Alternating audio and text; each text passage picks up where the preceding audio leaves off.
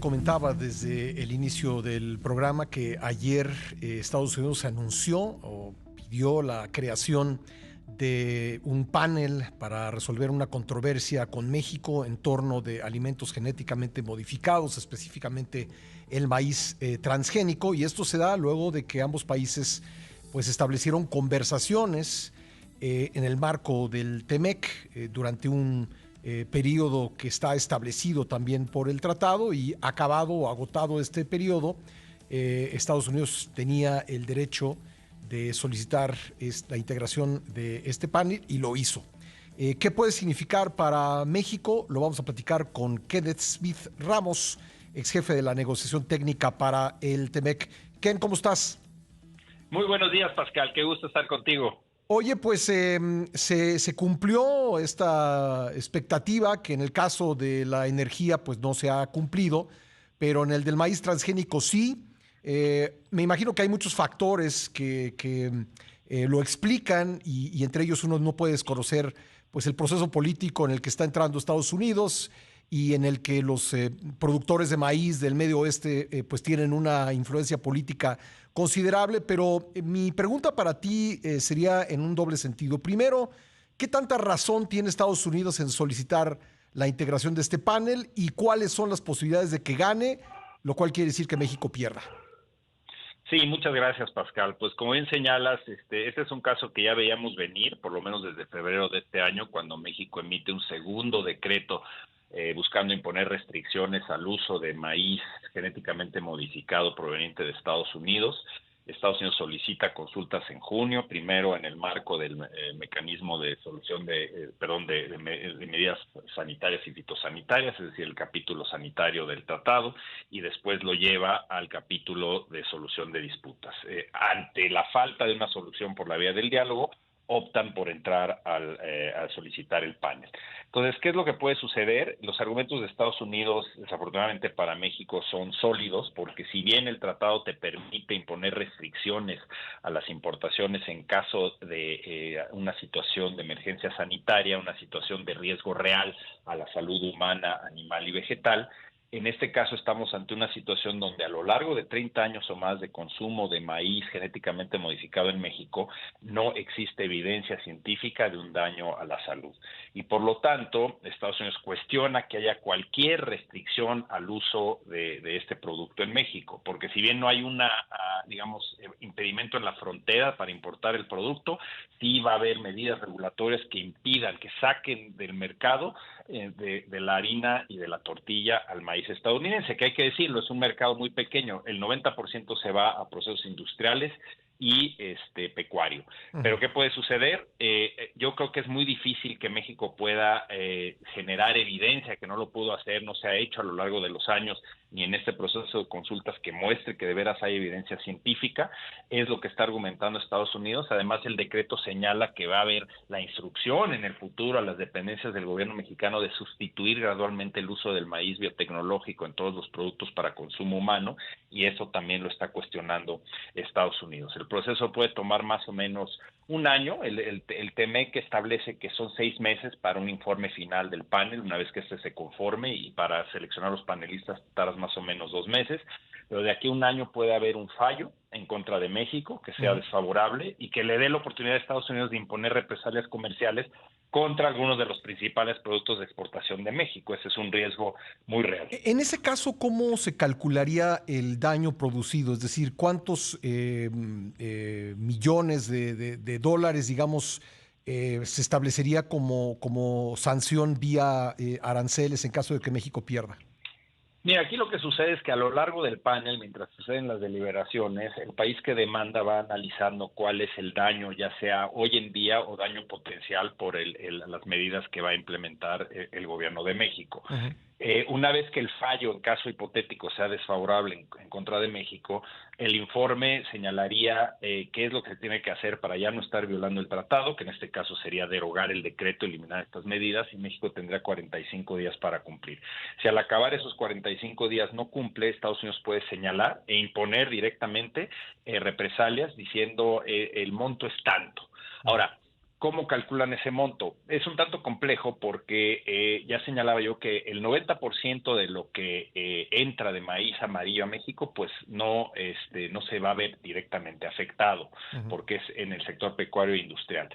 Importamos 17 millones de toneladas de maíz transgénico de Estados Unidos con un valor total de 5,000 millones de dólares. Ujú. A partir de esa cifra, Estados Unidos tiene que determinar cuál es el nicho de mercado que está perdiendo o que va a perder en un futuro y proyectar cuál va a ser el daño por la imposición de estas medidas. Una vez que imponga, que señale, bueno, puede ser, por decirte una cifra, 1,000 millones de dólares de afectación, puede tratar de cobrarse, por así decirlo, imponiendo aranceles en contra de las exportaciones De mexicanas. cualquier El gobierno de importación, ¿verdad? México, No tiene que ser, exacto, sí. no tiene que ser Puede en ser el al mismo aguacate, por sector. ejemplo.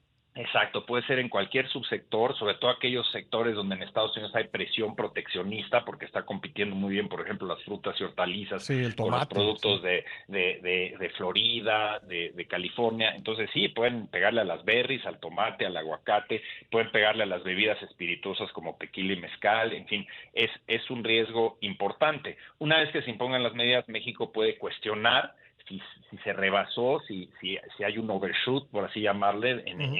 en lo que está en las represalias de Estados Unidos y regresar al panel. Pero el problema es que en esa situación ya perdiste el panel, ya está el golpe dado, y más allá de la parte únicamente legal, nosotros dependemos enormemente de este maíz para la seguridad alimentaria de los mexicanos. No nos damos abasto con la producción nacional de Sí. maíz amarillo. Oye, dime una Entonces, ese cosa, es un riesgo real. la restricción que puso México no es sobre ese 90% que va a procesos industriales y pecuarios, ¿verdad? Es al 10% que va al consumo humano. Es correcto, lo que sucedió es que en un inicio el decreto del 2020, el primer decreto, sí buscaba eliminar, con lenguaje muy vago, el consumo de maíz genéticamente modificado en la dieta de los mexicanos. Ujú. Entonces abarcaba la posibilidad de medidas en frontera para impedir el acceso del producto y luego medidas regulatorias para limitar su uso. El decreto de febrero, a través de lo que vemos como una negociación básicamente de la Secretaría de Economía y el Secretario de Agricultura con las áreas del gabinete que están en contra completamente de la biotecnología agrícola, pues se llega a esta solución a medias, que es no impedir el acceso del producto, no restringir el uso en Ujú. pecuario y industrial, pero sí en harina y tortilla. Y Estados Unidos señala que eso sigue siendo una violación. O sea, no Sí, importa que violes tantito el tratado, lo estás violando. ¿Y qué pasa en un futuro? Tú puedes decir, oye, pero es nomás 10%. De economía ha argumentado que no hay una afectación comercial. El argumento de Estados Unidos claramente va a ser, oye, pero ese es un mercado que en un futuro puede crecer. sí. ¿Qué pasa si por su cuestión de desabasto doméstico en México, el norte del país requiere de maíz para hacer tortillas? Y entonces hay una oportunidad comercial para Estados Claro. Unidos. O sea, si no hay evidencia científica, tú no puedes cerrar arbitrariamente un mercado. 8 estamos platicando con Kenneth Smith Ramos, ex jefe de la negociación técnica del TEMEC. Kenneth, está aquí conmigo Rodrigo Pacheco y nos gustaría que tú y nuestra audiencia escucharan lo que dijo hace un momento el presidente López Obrador sobre este tema, si eres tan amable. Sí, es algo importante el que hayan solicitado los del gobierno de Estados Unidos ir a un panel para dirimir, para resolver lo de el maíz transgénico. Yo creo que va a ser muy importante porque no es un asunto nada más de México, es un asunto que le va a ayudar a los consumidores de Estados Unidos y de todo el mundo, porque nosotros lo que hicimos, y es por lo que se inconformaron, emitir un decreto para que no se use maíz amarillo, que nosotros consideramos transgénico, en el consumo humano, que el maíz amarillo pueda utilizarse de forraje. Entonces ellos se inconforman, yo entiendo, son las presiones de los grandes agricultores que están vinculados a legisladores. Y no estamos violando el tratado, porque en el tratado se establece que cuando hay estas diferencias se puede acudir a los paneles. Nosotros no vamos a permitir que se utilice maíz transgénico para la alimentación del pueblo de México. Primero la salud, y vamos a acatar la resolución de los que participen y decidan en el PAN. Vamos a estar de acuerdo con la resolución que se emita una vez que presentemos pruebas y que se desahogue todo lo que queremos sobre este tema. Tu opinión sobre lo que acabamos de escuchar, Kenneth, si eres tan amable. Sí, bueno, básicamente refleja la postura que ha venido impulsando el gobierno de México, de que se trata de una cuestión sanitaria, se trata de tratar de proteger la salud de los mexicanos, pero en realidad, repito, en 30 años de consumo, no solo de maíz OGM, pero soya, canola, muchos otros productos que son esenciales para la alimentación de los mexicanos y que provienen de la biotecnología agrícola, no ha habido evidencia alguna de un daño a la salud o al medio ambiente. Entonces, en ese sentido, la dificultad que va a tener México en este panel es tratar de demostrar que en efecto hay un riesgo real. Porque cuando hay un riesgo real, como en el caso de la enfermedad de la vaca loca, es decir, la espongiforme bovina que se le cerró en los mercados a Canadá y a Reino Unido, ahí no tienes para dónde hacerte, es decir, sí tienes derecho a imponer represalias y no te pueden demandar. ¿Por qué? Porque hay evidencia científica de que si consumes un producto que contiene esa enfermedad te vas a morir. En este caso son simplemente alegatos que vienen desde hace muchos años y que no se han demostrado que tienen un impacto en la salud. Entonces es altamente riesgoso este panel y pues llevamos, yo creo, las de perder en México. Rodrigo, ¿tú tienes una No, interesante, Kenneth, y sobre todo creo que lo que acaba de decir el presidente justifica, digamos, o explica por qué se detona el proceso, porque dice el presidente, y me llama mucho la atención, esto va a beneficiar a los consumidores estadounidenses y del resto del mundo. Y cuando la Secretaría de Economía en su posicionamiento dice, esto no tiene un impacto material en términos de lo que importamos de maíz blanco, pues claro que a Estados Unidos desde su política pública le interesa que no quede un precedente en donde digan un país decidió que no iba a importar maíz transgénico porque tiene un impacto de salud, y dado como lo plantea el presidente, pues llama la atención que la política comercial esté vinculada a generarle un beneficio a los consumidores estadounidenses y del resto del mundo. Entonces me parece que bajo esa justificación se entiende todavía más el que Estados Unidos haya optado por detonar este proceso. No sé cómo lo entiendes tú. Sí, porque además lo que dice el decreto es que hay una restricción al uso del maíz amarillo para la harina y la tortilla. Pero sí está lo que señala el presidente, o sea, esta intención de sustituir el uso de maíz biotecnológico en todos los productos para consumo humano, eso está plasmado en el decreto y lo acaba de señalar el presidente. Inclusive el presidente parece ir más allá de lo que dice el decreto, dice eliminar el consumo de maíz OGM para el consumidor mexicano. Y esto es algo que pues es problemático, obviamente, porque no solo porque viola el tratado y porque no hay evidencia que hay un daño a la salud, pero nadie en el gobierno está hablando del hecho de que desde hace casi 20 años tenemos un marco regulatorio robusto a través de la Ley de Bioseguridad de Organismos Genéticamente Modificados que regula la entrada de productos transgénicos al país, que hace análisis de riesgo. Hay una comisión intersecretarial que se llama la CIBIOGEM que analiza todos estos temas y que tiene mecanismos de trazabilidad de dónde se cultivó el producto, por ejemplo, en Estados Unidos y cómo fue su traslado hasta la planta en donde se procesa. Esto ya existe y nadie está hablando al respecto. Parecía que con el decreto por primera vez empezamos a regular estos temas en México y no es cierto. El decreto surge por razones políticas, es absolutamente innecesario y no beneficia a consumidores ni en México ni en Estados Unidos, y lo que va a hacer es lo que ya vimos, tener una disputa comercial con nuestro socio comercial en una situación donde tenemos altos precios de alimentos y una situación de inseguridad alimentaria a nivel mundial. O sea, por donde lo veas es un error. Oye, una última pregunta. Viene ahora la integración del panel con los jueces. Ese proceso, si quieres recordarnos rápidamente cuántos jueces son, cómo se integran, cómo se integra el panel.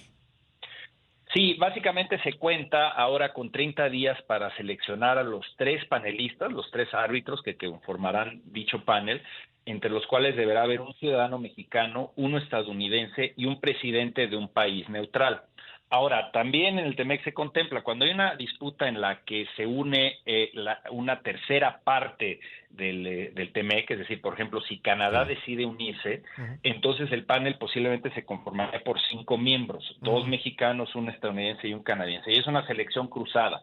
O sea, Estados Unidos seleccionaría al mexicano, México al de Estados Unidos, y si entra Canadá, pues de la misma manera. En el caso automotriz, por ejemplo, el presidente del panel fue un experto en temas comerciales de la OMC que provenía de Uruguay. entonces para que sea de un país neutral, ¿no? Bueno. Entonces esto se da más o menos en un mes, pero puede tardar más la selección de panelistas. Y en el caso de que Canadá opte por sumarse, porque ya también habían solicitado las consultas, ¿cambia la dinámica? Es decir, ¿hace todavía más contundente? ¿Cambia en algo, digamos, el proceso en sí? Que ya nos decías, pues sí, en cuanto a que se hace un panel más amplio, pero sobre todo en la contundencia, digamos, del fallo del panel. Sí, porque lo que sucede es que Canadá puede traer nuevos argumentos a la mesa, o sea, como sucedió en el caso automotriz, ¿no? Que México y Canadá demandamos juntos a Estados Unidos, entonces eso definitivamente pues le añade un ingrediente a este panel que pues a todas luces México pues no tiene muchos argumentos para ganarlo. Bueno, pues vamos a seguir este proceso porque va a ser importante desde diversos puntos de vista y seguramente estaremos pidiendo tu ayuda para entender las diferentes fases. Kenneth. Con muchísimo gusto, Pascal. Siempre es un gusto estar con ustedes y con Rodrigo. Gracias, Kenneth Smith Ramos, ex jefe de la negociación técnica para el TEMEC.